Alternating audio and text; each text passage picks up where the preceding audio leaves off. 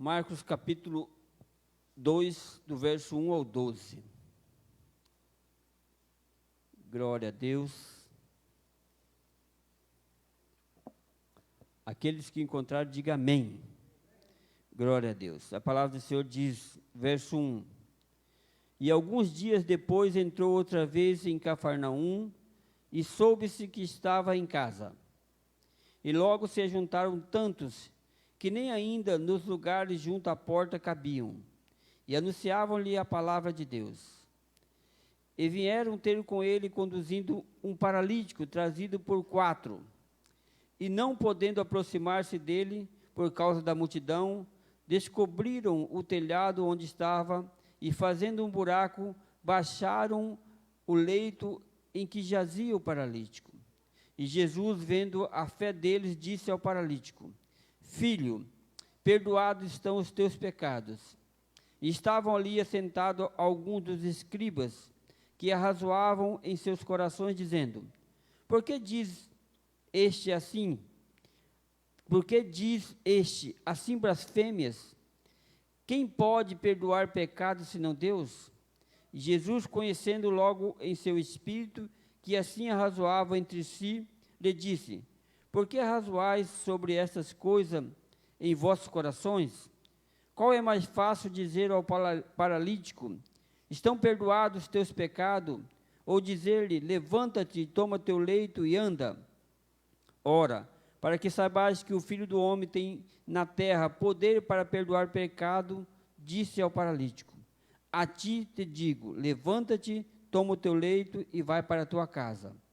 E levantou-se e tomou logo o leito, saiu em presença de todos, de sorte que todos se admiravam e glorificaram a Deus, dizendo: Nunca tal vimos. Então, aqui nós acabamos de ler sobre um paralítico. Um paralítico que estava doente, tinha a sua necessidade, mas não tinha como chegar até Jesus. E eu gostaria de fazer mais uma oração. Feche os teus olhos e abre o teu coração. Senhor, em nome de Jesus, ó Pai, nós acabamos de ler a tua palavra, Senhor. Te pedimos, ó Pai, que o Senhor perdoa, Senhor. Como o Senhor perdoou esse pecado desse paralítico. O Senhor também perdoa, Senhor, as nossas falhas, porque nós somos falhos, somos pecadores. Nós te pedimos perdão, Senhor, porque o Senhor é o único que pode nos perdoar. Te pedimos, Senhor, nesta noite. Nos ajuda, Senhor, em nossas fraquezas. Ministra, Senhor, o teu querer, a tua vontade. Fala, Senhor, com a tua igreja. Fala, Senhor, com cada um que está nos assistindo. Pelo poder do nome de Jesus, nós te pedimos, Espírito Santo de Deus, venha fazer morada em nosso coração. Venha falar, Senhor, venha ministrar, venha nos purificar, venha tirar tudo que desagrada ao Senhor, que esteja dentro de nós. Pelo poder do nome de Jesus, nós te agradecemos e te louvamos. Amém. Jesus, ele estava em casa. E muitas pessoas chegaram até Jesus. E não cabia mais ninguém. Mas um paralítico tinha ouvido falar de Jesus. E ele precisava ter um encontro com Jesus. E ele tinha 4 amigos. Como não cabia ninguém, esses amigos, para fazer a diferença, eles tiveram que tirar o telhado da casa e descer aquele paralítico no meio daquela sala onde estava cheio de pessoas. O que nós fazemos para ser curado? O que você está fazendo para ser curado, para ser liberto? Você está fazendo o possível e o impossível, ou somente o que está na sua volta? Nós precisamos fazer o impossível. Para qualquer outra pessoa, esse paralítico, ele permanecia naquela cama. Mas existia 4 amigos. E quando ele desce esse paralítico na sala, Jesus, ele estava ensinando os fariseus, os escribas. Aqui diz que Jesus estava anunciando-lhes a palavra de Deus. Jesus, ele diz assim, ó, os seus pecados foram perdoados. Porque Jesus, a primeira coisa que Jesus falou para aquele paralítico, que os pecados deles tinham sido perdoados. Uma coisa nós precisamos entender. Aquele paralítico, ele tinha pecado. Porque senão Jesus não ia falar, olha, os seus pecados foram perdoados. Nós também temos pecado. Para que nós possamos receber a bênção de Deus, nós precisamos também, primeiramente, ter a fé. A fé e a certeza que os meus pecados e os seus pecados foram perdoados por Jesus. Aquele paralítico, ele tinha pecado, e Jesus falou, os seus pecados foram perdoados. Por quê? Para que ele pudesse ter fé. Quando nós somos perdoados nossos pecados, a nossa fé é aumentada dia a dia. O grande problema nosso é que nós não recebemos o perdão de Deus. Jesus pagou o preço na cruz pelos nossos pecados, mas nós não nos perdoamos. E quando nós recebemos esse perdão, algo é diferente dentro da minha vida e da sua vida. Eu falo para vocês, quando eu recebi o Senhor Jesus, eu recebi o perdão dos meus pecados, a minha vida mudou. E essa vida desse paralítico também mudou. Porque logo em seguida Jesus diz assim, ó, é mais fácil dizer que seus pecados estão perdoados e dizer, você tomar o seu leito e ir embora, né? E você está salvo. Quer dizer o seguinte, a nossa salvação passa pela nossa fé. Então nós precisamos ter fé, buscar a fé incessantemente. É isso que Jesus veio na terra. Jesus veio pregar o reino de Deus, mas ele veio nos restaurar, restaurar a nossa humanidade, restaurar a nossa espiritualidade. A nossa humanidade, ela estava caída. Hoje, quando nós estamos em Cristo, nossa humanidade agora já foi restaurada. Mas nós precisamos de cura. Precisamos ser libertos, muitas das vezes, de nós mesmos, das nossas mazelas, do que nós estamos fazendo de errado no dia a dia. E eu quero dizer para você nessa noite, existem 5 tipos de pessoas dentro da igreja. Hoje eu quero falar para você sobre esses 5 tipos de pessoas que estão dentro da igreja, a igreja dos dias atuais. As pessoas, muitas das vezes ela vem à igreja, está dentro da igreja, mas ela não se sente igreja. Ela está dentro da igreja, a palavra é ministrada, mas a circunstância da vida, muitas vezes, tira ela da igreja. E nós podemos ver isso, né? Primeira coisa, são os doentes. Os doentes, a igreja é lugar de pessoas doentes. Pastor, que negócio é esse? A igreja é lugar de pessoas doentes. Porque se você é curado, se você está bom, a maioria das pessoas que estão de fora fala que não precisa de igreja. Mas a igreja é para nós, para crente. Nós somos crentes, nós precisamos cada dia mais buscar o Senhor para nós sermos limpos, para nós sermos curados. E o que que acontece? A igreja é um lugar de doente, é um lugar de cura, onde nós vamos ser curados dia a dia. Então, cada dia da nossa caminhada é um dia de cura, é um dia de áreas da nossa vida que vai sendo restaurada dia a dia. Mas nós acabamos deixando de participar, deixando de ouvir a palavra, deixando de ler a palavra. Então, a igreja é um lugar de cura. Jesus diz assim, ó, que nós seríamos curados no nome dele. Então, para nós sermos curados, nós precisamos entender o poder do nome de Jesus, o poder do sangue de Jesus na nossa vida. Aquele paralítico, ele teve que ter um encontro com Jesus. Com todas aquelas adversidades, ele estava de frente de Jesus e ele não falou nada. Jesus falou por ele. Muitas das vezes nós queremos falar com o Senhor, expor para Jesus, mas Ele sabe o que está dentro de nós. O Espírito Santo nos conhece.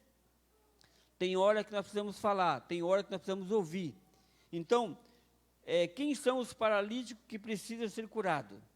Lá em 1 Coríntios 11, 30, diz que por causa disso, existem muitas pessoas que estão doentes e alguns que dormem. Por quê? Muitas pessoas estão doentes dentro da igreja. O apóstolo Paulo estava falando do quê? Da ceia do Senhor, das reuniões da igreja de Coríntios. Existiam pessoas que estavam doentes, pessoas que até estavam dormindo, ou já tinham morrido. Então, muitos estão dentro da igreja, estão doentes, alguns estão dormindo. Por quê? Porque não entregaram ainda todo o seu eu, tudo o que você tem para o Senhor Jesus. Muitos estão dentro da igreja, mas não conhecem a Jesus, não têm intimidade com o Espírito Santo. Se nós queremos ser curados, ser libertos, precisamos de quê? Da intimidade com o Espírito Santo, da oração, da busca, e o Espírito Santo vai nos curar. Então, dentro da igreja nós também encontramos aqueles que carregam os doentes, que são os verdadeiros amigos. Esses 4 amigos, eles carregaram aquele paralítico. Na igreja nós encontramos também muitos amigos, que nos ajudam na nossa caminhada.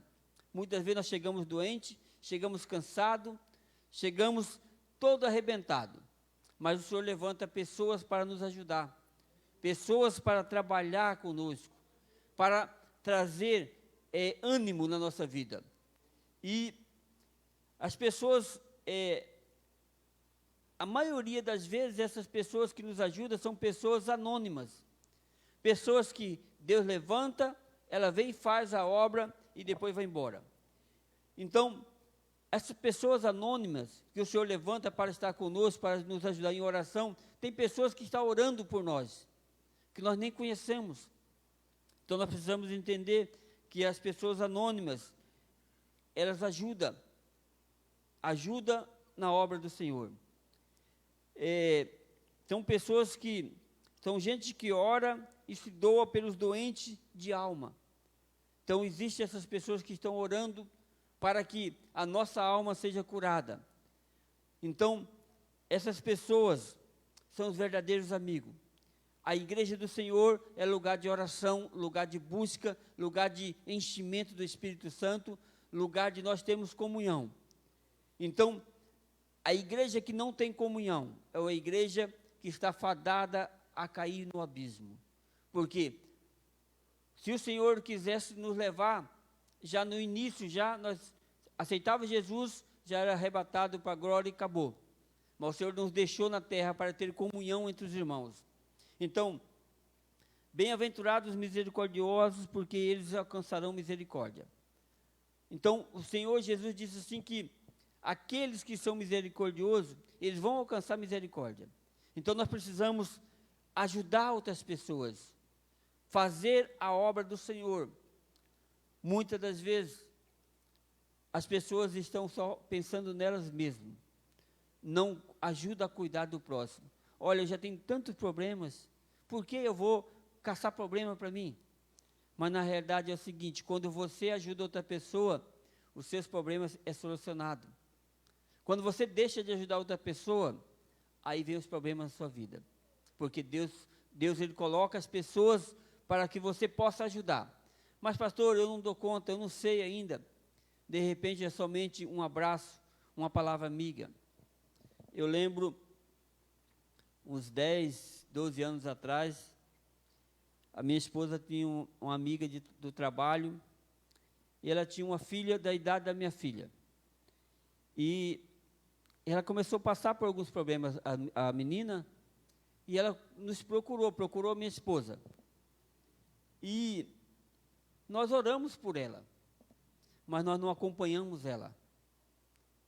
Só que um detalhe, essa menina passou por tanta dificuldade, porque ela arrumou um namorado, o namorado mexia com drogas, e ela era menina nova, tinha 12 para 13 anos, e aí começou a chegar na pré-adolescência. A mãe dela passou por tanta dificuldade, e a menina também. E eu vejo assim, Deus colocou essa família na nossa mão para nós ajudarmos ela. E nós não fizemos, nós somente oramos, mas nós poderíamos ter dado mais atenção. Sabe o que aconteceu? Se nós tivéssemos ajudado ela, nós teríamos experiência, para quando surgiu a dificuldade na nossa casa, nós sabíamos como fazer. E na realidade, surgiu a dificuldade na nossa casa. E houve também grandes problemas, mas o Senhor nos dá oportunidade antes. Então, o que eu quero dizer para você nessa noite, não descarta ninguém. Se o Senhor colocou alguém para você estar do seu lado, ajude, faça a sua parte. Se você, de repente, tem dificuldade com os filhos, ou com a família, com alguém da família, ore, dá atenção, porque é Deus trabalhando na sua vida, porque alguma coisa boa vai sair dali. Deus vai ajudar você no momento da dificuldade, porque aqui diz assim, bem-aventurados os misericordiosos, porque alcançarão misericórdia. Quando muitas vezes nós somos ferrenhos, nós julgamos, e quando chega a nossa vez, nós não fizemos nossa parte. Então, aconteceu isso, e sempre eu lembro disso. Por quê? Porque nós não fizemos. Desculpa a expressão, fizemos meia boca. Oramos, mas o que precisava? Precisava de acompanhar a mãe, a filha, aconselhar, fazer um discipulado. Talvez hoje elas seriam cristãs, mas nós não fizemos. Então, pecado confessado, pecado perdoado. Mas em compensação aconteceu outras coisas. Mas aí depois disso aí nós fizemos diferente. Então, dentro da igreja também, esses 5 tipos de pessoas que existe as pessoas os doentes, né? Existe aqueles que carregam os doentes, e existe também aqueles que fazem as críticas. A igreja também é um lugar de crítica. Então, tem pessoas que, porque nunca estão satisfeitos, estão sempre criticando, eles são insensíveis com a obra do Senhor. Na realidade, tem uns que falam assim, olha, eu faço crítica, mas minha crítica é construtiva. Deixa eu falar algo para você. Não existe crítica construtiva. Crítica é crítica. Que muitas das vezes nós queremos fazer as coisas, mas nós não fazemos. Ficamos parados, esperando. E aí, quando alguém faz, nós criticamos. Essas pessoas são insensíveis. Estão na igreja, mas não são igreja. Muitas vezes estão dentro da igreja, até estão cultuando, mas são pedra de tropeço para outras vidas. Muitas vezes estão desviando pessoas que estão dentro da igreja. Por quê? As atitudes que estão tomando. O que estão fazendo não está edificando o corpo de Cristo. E muitas vezes, dentro da própria casa, estão distanciando a família de Cristo.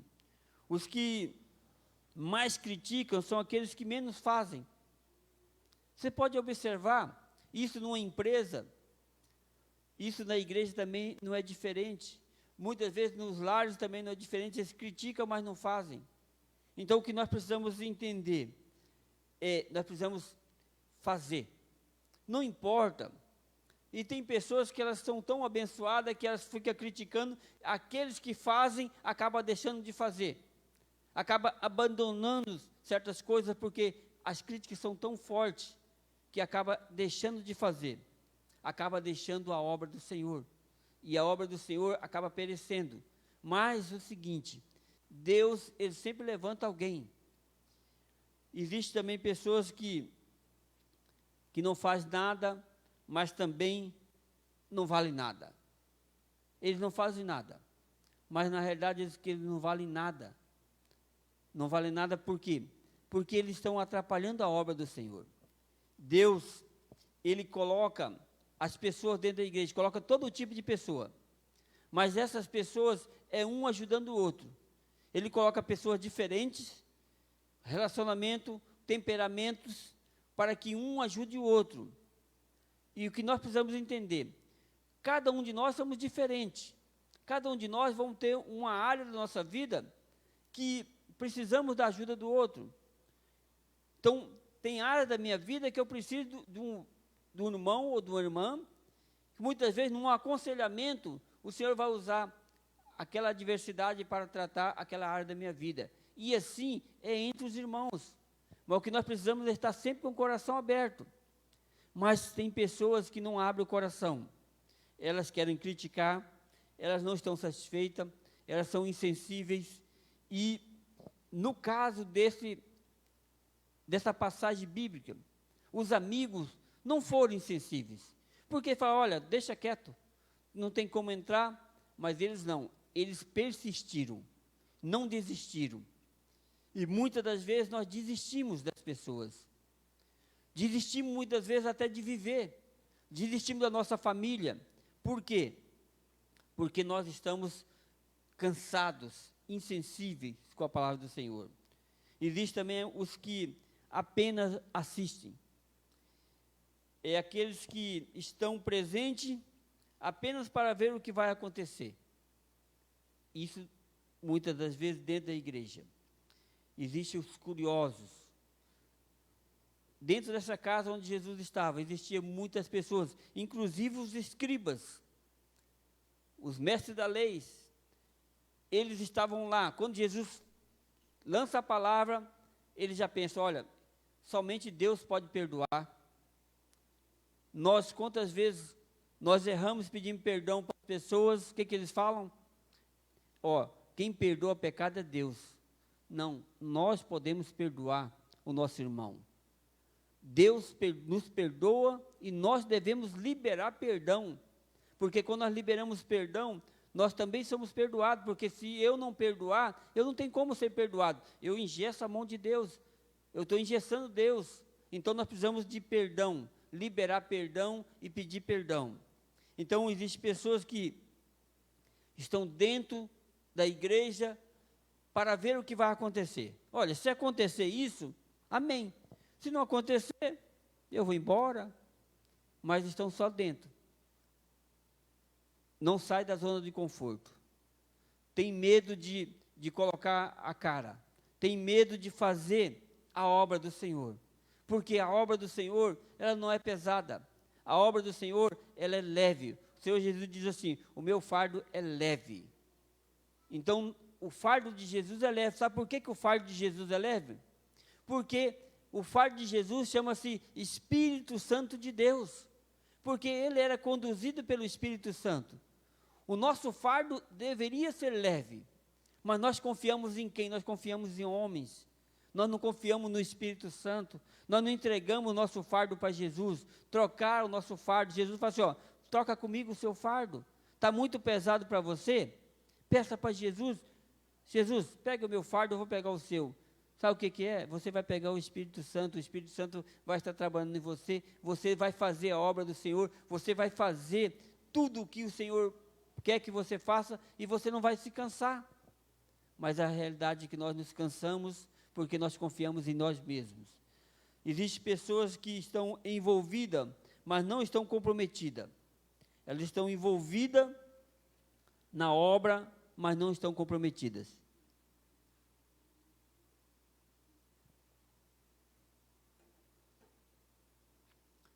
Eu faço a obra do Senhor, eu sou levita, eu sou o pregador da palavra, eu sou,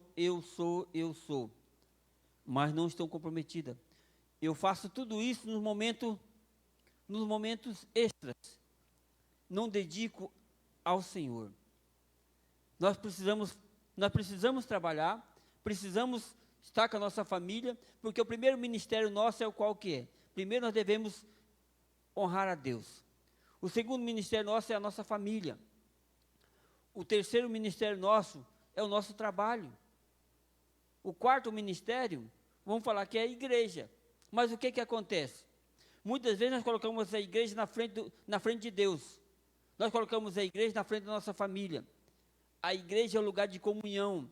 Mas nós precisamos entender que a partir do momento que nós temos uma responsabilidade, nós precisamos estar envolvidos e comprometidos.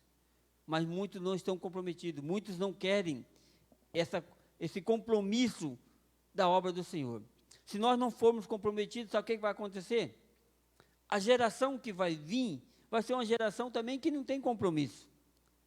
As pessoas precisam de ter compromisso. A partir do momento que assumiu uma responsabilidade, ela precisa fazer aquilo que ela comprometeu a fazer. Mas existem essas pessoas que elas assistem o que vai acontecer. Tem pessoas que elas não curam, não transportam os doentes e não dizem absolutamente nada. São os indiferentes. Eles, às vezes, eles até ainda atrapalham o crescimento da obra. O que está acontecendo com as igrejas dos últimos dias. As igrejas dos últimos dias, está lá a igreja de Laodiceia. A igreja do arrebatamento é a igreja de Filadélfia. Existem 7 igrejas de Apocalipse. O Senhor Jesus colocou 7 cartas. A igreja de Filadélfia é a 6ª igreja. É a igreja que ama o Senhor. Agora, a igreja de Laodiceia é a igreja que diz que está abastada. Mas Jesus fala assim, vocês é pobre, vocês são nu, vocês precisam comprar colírio para os olhos, vocês precisam comprar ouro refinado. Isso fala da unção, isso fala de como a obra do Senhor deveria estar. Mas essa igreja, Jesus está à porta. Jesus está batendo na porta. Isso é a porta do nosso coração. E muitas igrejas, Jesus está de fora, não está dentro dela. Por quê? Porque estão insensíveis. Então, existem também aqueles que curam. Esses são os agentes da graça de Deus. Existem as pessoas também que essas pessoas elas curam. Elas curam como? Orando, ajudando na obra do Senhor. Através da palavra de Deus, ministrando a palavra de Deus. Através da comunhão. No Salmo 133 diz que, quão bom e quão suave que os irmãos vivem em união, em comunhão um com o outro. A igreja precisa de ter comunhão. A igreja que não tem comunhão é uma igreja que não tem revelação. Sabe por quê? Porque Deus, Ele ordena a bênção e a vida. E a revelação da palavra do Senhor é na comunhão, é no partir do pão. Se não tem comunhão, não tem revelação. Se não tem visão, isso significa que tem divisão. A falta de visão da divisão. Essa é a realidade. E a maioria das igrejas não tem visão. A visão do reino. Nós vamos sair daqui, mas nós vamos chegar ali. A maioria das igrejas de hoje estão fazendo o quê? Estão andando para lá e para cá. Está igual o povo de Israel no deserto. 11 dias de caminhada, Israel entrava em Canaã. 11 dias. Eles passaram 40 anos andando em volta no deserto. A igreja do Senhor está no deserto. Mas no deserto é que o Senhor trata. O Senhor levou o povo de Israel para o deserto. Para quê? Para ser tratado. Aquela geração que saiu do Egito, ninguém entrou, somente Caleb e Josué. Nem Moisés, nem Arão, nem todos os demais entraram. Entraram os filhos deles. Por quê? Porque eles prevaricaram. A igreja do Senhor, ela está nesse caminho. Está no deserto. Precisa voltar para o caminho do Senhor. Precisa do enchimento do Espírito Santo. Precisa da sã doutrina. Precisa de cura. Hoje é o culto de cura e libertação. Você que está me ouvindo, você que está aqui, abra o seu coração. Veja a área da sua vida. Veja o que está acontecendo na sua casa, na sua família. E peça ao Espírito Santo. Sabe o que acontece? Muitas vezes nós deixamos de confiar no Senhor. Nós queremos fazer pela nossa força. Somente ore. Confia no Senhor. Porque não tem como eu fazer alguma coisa. A única coisa que eu posso fazer por vocês é orar. aconselhar, pagar um preço em jejum.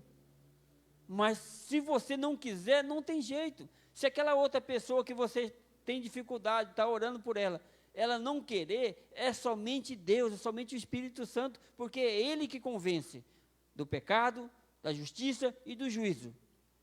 Então, a partir do momento que muitas vezes nós ficamos preocupados, focados num lugar só, mas tem tantas outras coisas para ser feito, e nós ficamos tocando em volta. Olha para cima, confia em Deus, e Deus vai te dar a vitória, já te deu a vitória. Muitas das vezes você acha que não mudou nada, mas já mudou. Eu falo assim, que a maioria dos maridos que não é convertido, muitas vezes, ele não se converte por causa da esposa. Mas a esposa ora, mas é o seguinte, a hora que faz uma coisa errada, ela solta tudinho aquilo que está dentro dela, aquela mágoa, aquele coisa, volta na estaca zero de novo. E assim, os maridos, muitas das vezes não se convertem, por quê? Porque estão ainda pensando, agindo errado, porque não conseguem orar, porque não aprenderam também. Então, a esposa a Bíblia diz assim, que a mulher sábia edifica a sua casa, e a tola destrói. Então, as mulheres hoje, elas têm o poder de orar, de buscar e pagar o preço pelo seu esposo. Os esposos, eles irão prestar conta das suas esposas, lá no céu. A palavra do Senhor diz lá em Efésios que Paulo, ele faz uma simbologia entre a igreja e a esposa e o marido. Jesus Cristo e a igreja, a esposa e o marido. A igreja, a esposa é uma simbologia da igreja. E o marido é a simbologia de Cristo. O que acontece? Cristo, ele ama a igreja incondicional. O esposo tem que amar a sua esposa incondicionalmente. E a igreja, ela tem que ser submissa a Cristo. A esposa tem que ser submissa ao esposo. Como? Sobre a mesma missão. A esposa tem que estar na mesma missão do esposo, debaixo da mesma missão. O esposo tem que amar a sua esposa como Cristo amou a igreja incondicionalmente. Cristo nos amou antes, quando nós éramos pecadores. Então, quando nós entendermos isso, fica muito mais fácil de nós sermos edificados na rocha. Então, Jesus, ele deseja curar a nossa alma, curar tudo que está dentro de nós, não só a doença física. A doença física, ela é exterior, nós estamos vendo, mas o que está dentro da sua alma, o que estava dentro da alma desse paralítico, ele tinha as dificuldades dele, mas primeiramente ele tinha pecado, e Jesus, olha, seus pecados foram perdoados, e aí, olha, toma o seu leito e vai, você está salvo. É isso que nós precisamos entender, nós precisamos de salvação, precisamos de cura da alma, amém? Eu gostaria de convidar você a ficar de pé, vamos fazer uma oração, vamos agradecer a Deus por essa palavra, e que nós possamos, a partir de hoje, nós buscarmos o Senhor. Confia no Senhor, confia que Ele vai fazer a obra na sua vida, Ele vai começar curando você. Começa por você, depois vai estender a sua casa, toda a sua família. Senhor, em nome de Jesus, ó Pai, nós te agradecemos, Senhor, pela Tua palavra, que ela é viva e eficaz, mais cortante que espada de 2 gumes. Obrigado, Senhor, por esta palavra, porque o Senhor falou ao nosso coração. Nos limpa, nos purifica, Senhor. Tira tudo que está dentro de nós, que não fazem parte, Senhor, do Senhor. Como está escrito na Tua palavra, que a planta que meu Pai não plantou, Ele arranca e arranca pela raiz, pelo poder do nome de Jesus. Toda raiz de amargura, todo pecado, tudo que está dentro de mim, dentro da Tua igreja, nós te pedimos agora pelo poder do nome de Jesus. E todo o mal sai em nome de Jesus. Toca, Senhor, nessas vidas. Purifica, Senhor, o andar, o caminhar. Envia, Senhor, o anjo do Senhor em cada lar que aqui está representado. Cada lar das pessoas que estão nos assistindo. Que o anjo do Senhor esteja com a espada desembainhada.